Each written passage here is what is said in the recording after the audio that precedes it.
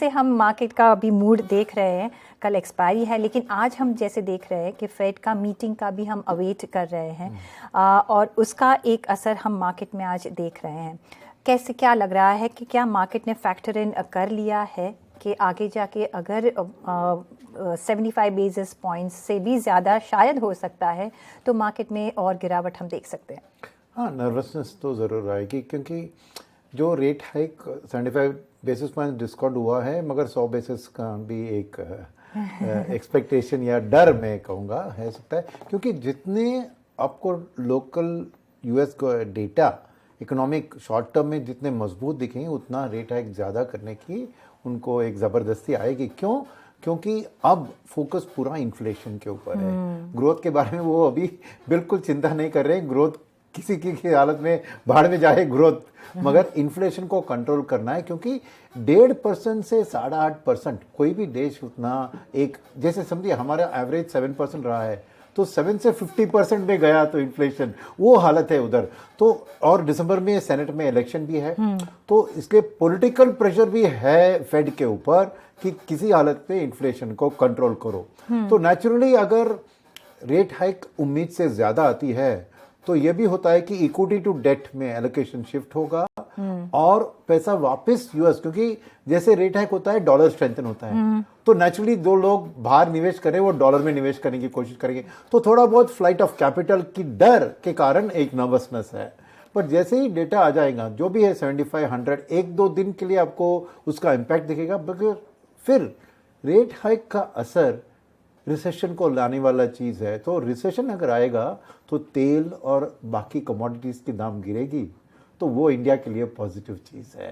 तो मेरे ख्याल में एक दो दिन की नर्वसनेस या कुछ करेक्शन के बाद वापस बाउंस बैक मार्केट आसानी से हो जाएगा। जो भी आज का निर्णय है उसको छोड़िए जी, वैसे भी हमारे मार्केट्स तो अच्छे चल ही रहे हैं और अगर देखें तो हमने ऑयल प्राइसेस में, कमोडिटी प्राइसेस में काफ़ी एक सुधार देखा है और आगे जाके हम देखना चाहेंगे कि अच्छे और भी प्राइसेस कम हो तो अपने बैलेंस शीट के लिए तो अच्छा ही है।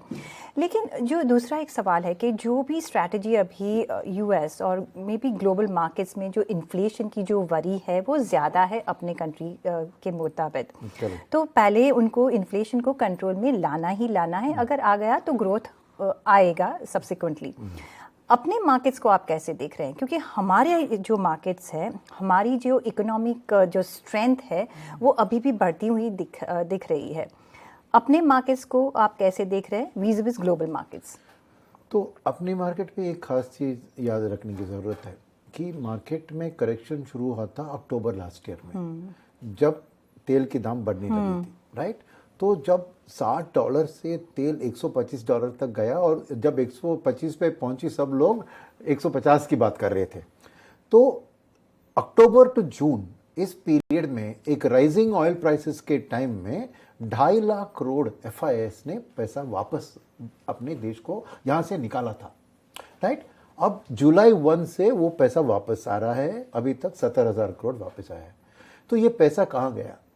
थोड़ा बहुत इक्विटी से डेट में शिफ्ट हुआ क्योंकि रेट हाइक में उनको अच्छा रिटर्न यूएस में मिल रहा है, मगर ज़्यादातर पैसा इंडिया से निकलकर कमोडिटी एक्सपोर्टिंग देश जैसे ब्राज़ील वहाँ पे गया था, क्योंकि एक राइजिंग कमोडिटी में उनको उस मार्केट में निवेश करना था, इधर से पुल आउट करके उधर। अब रिएलोकेशन हो रहा है, यानी कमोडिटी एक्सपोर्टर से कमोडिटी इंपोर्टर। तो 2.5 लाख करोड़ बाहर गया, 70,000 करोड़ ही वापस आया है।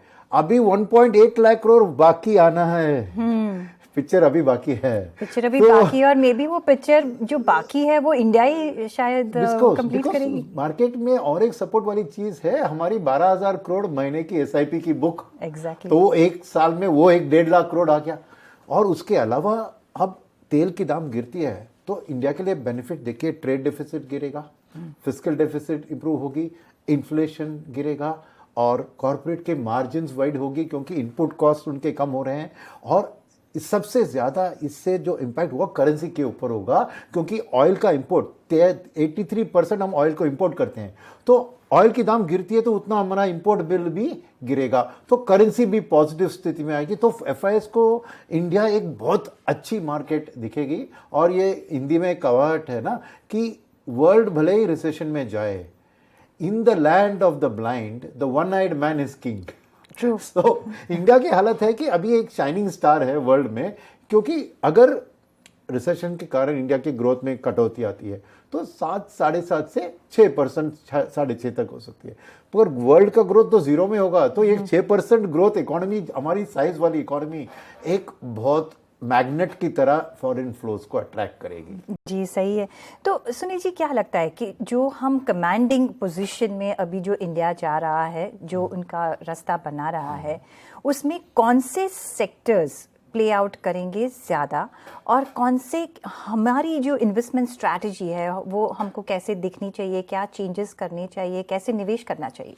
तो मैं कहूँगा कि शॉर्ट टर्म, मीडियम टर्म, अगर आप 2 भाग में स्प्लिट करेंगे तो शॉर्ट टर्म में मेरे को डिस्क्रिशनरी कंजम्पशन ही सबसे अट्रैक्टिव दिख रही है। उसके 2-3 कारण हैं कि 2-3 साल से कोविड के कारण एक दिवाली और एक समर वॉश आउट रहा है और लोगों के पास इनकम कम नहीं हुई, क्योंकि खाली माइग्रेंट लेबर, लोअर एंड में कुछ असर पड़ा, मगर मिडिल इनकम और हाई इनकम का कोविड के टाइम में इनकम बढ़ गया था। तो उनकी सेविंग्स भी बढ़ी थी जो म्यूचुअल फंड के अंदर आ रही है, मगर उसके साथ उन्होंने खर्चा भी कम कर दिया था, क्योंकि घर बैठे बैठे क्या खर्चा करें। अब वो एक पेंट अप डिमांड इस दिवाली से मैं शुरू होते हुए देख रहा हूँ, नंबर 1। नंबर 2, सभी डिस्क्रिशनरी कंजम्पशन की चीज में ऑयल रिलेटेड इनपुट्स उनके मैन्युफैक्चर में जाते हैं। तो एक डिक्लाइनिंग ऑयल ट्रेंड माने उनकी मार्जिन्स वाइड हो सकती है, और अगर सेल्स बढ़ाने के लिए उनको थोड़ा प्राइस कट करना है तो ताकत हाथ में होगी। तो मेरे ख्याल में डिस्क्रिशनरी कंजम्पशन एक जबरदस्त तेजी दिखाने की स्थिति में है। तो शॉर्ट टर्म में मेरे को एक 12 to 18 मंथ्स टाइम फ्रेम में डिस्क्रिशनरी कंजम्पशन एक अच्छा सेक्टर दिख रहा है।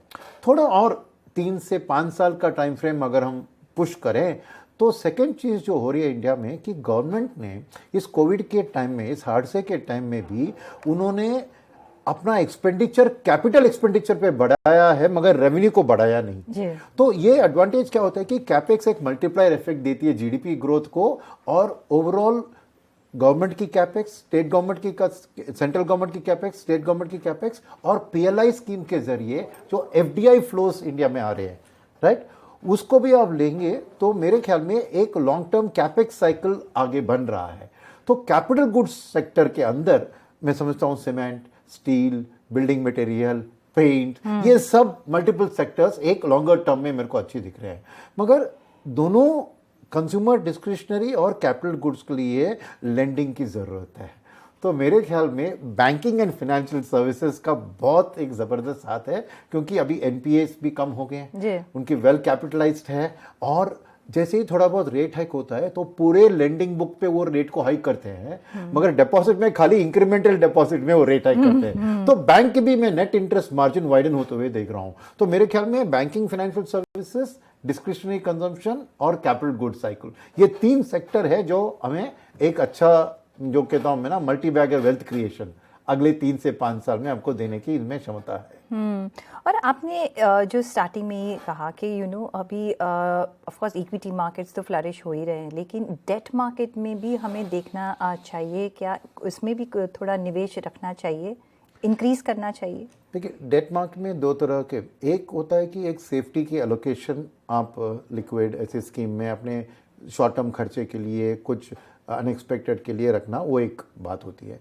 दूसरी बात ये होती है कि अगर आप इक्विटी में स्टैगर्ड एलोकेशन करने की सोच रहे हैं तो आपको लिक्विड स्कीम में रख के एसटीपी के जरिए आप इन्वेस्ट करते हैं। सेकंड, थर्ड चीज़ की डेट में क्या है कि आज स्थिति ऐसी है कि एक तरफ यूएस में रेट हाइक हो रहा है, तो इंडिया में रेट हाइक अगर ना करें तो करेंसी वीकन हो जाएगी। तो करेंसी को प्रोटेक्ट करने के लिए आरबीआई को भी थोड़ा बहुत रेट हाइक करना होगा। तो मेरे ख्याल में अब निवेश अगर करेंगे तो शॉर्ट ड्यूरेशन में ही कीजिए। लॉन्गर टर्म ड्यूरेशन में आपने लॉक इन कर दिया और रेट हाइक हो गया तो मार्क टू मार्केट में लॉस बन सकता है। तो ये थोड़ा ध्यान में रखना चाहिए। मगर इसका काउंटर एक और फैक्टर है कि बहुत जल्द, मैं समझता हूं अगले 3-4 महीने के अंदर, इंडिया का जेपी मॉर्गन का ग्लोबल बॉन्ड इंडेक्स में इंक्लूजन, क्योंकि रशिया को वहां से हटाने की कोशिश हो रही है, तो नेचुरली इंडिया एक सब्स्टिट्यूट, अगर वो आता है तो foreign debt flows, FPI equity के बारे में बात किया, अभी एफपीआई डेट फ्लोज भी अगर बढ़ सकते हैं तो शायद इंटरेस्ट रेट्स को वो भी कंट्रोल में ला सकते हैं। तो डेट एक इंटरेस्टिंग स्पेस है, थोड़ा एलोकेशन रखिए उसमें, टैक्टिकल एलोकेशन इनटू इक्विटी करने के लिए, मगर डेट का एक जर्नी थोड़ा ऑब्जर्व कीजिए कि कैसे आने वाले दिन में आरबीआई की रेट हाइक और बॉन्ड इंडेक्स में इंडिया का इंक्लूजन, ये दो बड़े फैक्टर्स है जो डेट मार्केट की रिटर्न्स को इम्पैक्ट कर सकते हैं। ओके आपने जब ये रशिया की बात की तो आज प्रेसिडेंट पुतिन का जो स्टेटमेंट आया है एक थोड़ा क्राई बेबी जैसे लगा, क्योंकि उनको लगता है कि पश्चिमी जो देश है वो रशिया का एक वीकन बनाने को चाह रहे हैं, और जो स्टेटमेंट जो आया वो लग रहा है कि अभी उनको इम्पैक्ट हो रहा है, लेकिन दोनों कंट्रीज़ इतने वो है कि वॉर कुछ भी ख़त्म करना नहीं चाह रहे हैं। अभी एक ईगोइस्टिक मैटर हो गया है। जो एशियन डेवलपमेंट बैंक का मैं एक रिपोर्ट जो देख रही थी कि जो स्पॉइल स्पॉट हो सकता है वो ऑफकोर्स थोड़ी अंशे जो रेट हाइक है, चाइना में जो कंटिन्यूस लॉकडाउन्स है और यूक्रेन वॉर, कितनी असर उसकी देख रहे हैं अपने मार्केट्स पे, अपनी इकोनॉमी पे? देखिए, ये सिंपल सी बात है कि किसी और देश में बुरी हालत हमारे लिए अच्छी चीज़ है। मैं किसी का बुरा नहीं सोचना चाहिए, मगर सोचिए कि वर्ल्ड में एक कंपटीशन फॉर कैपिटल है, चाहे वो डेट में हो, इक्विटी में हो या एफडीआई में हो। तो जैसे ही चाइना वो झगड़ा की बात होती है, रशिया यूक्रेन की बात होती है, या चाइना में कोई कोविड की प्रॉब्लम की बात होती है, तो समझिए कि ग्लोबल रिएलोकेशन ऑफ कैपिटल में उसका फायदा खाली इंडिया का होगा, क्योंकि हमारा कुछ इससे लेना देना नहीं है। तो मैं कहूंगा कि मैं किसी की बुराई नहीं चाहता हूं, मगर अगर किसी का बुराई हुआ तो हमारे लिए उसमें फायदेमंद ही हो सकता है, बिकॉज फ्लोज ऑटोमेटिकली एक सेफर टेरिटरी में जहां पे ग्रोथ की विजिबिलिटी दिखती है। इंडिया में सभी को दिख रही है कि ग्रोथ की विजिबिलिटी है, तो मैं समझता हूं कि इंडिया को एक डिस्प्रोपोर्शनेट कैपिटल फ्लोज हमारी ओर आ सकते हैं, जितना ही आप बाकी देशों में एक नेगेटिविटी देख रहे हैं। तो क्या यही सब रीज़न है कि जो भारत को एक स्वीट स्पॉट पे अभी रख दिया है?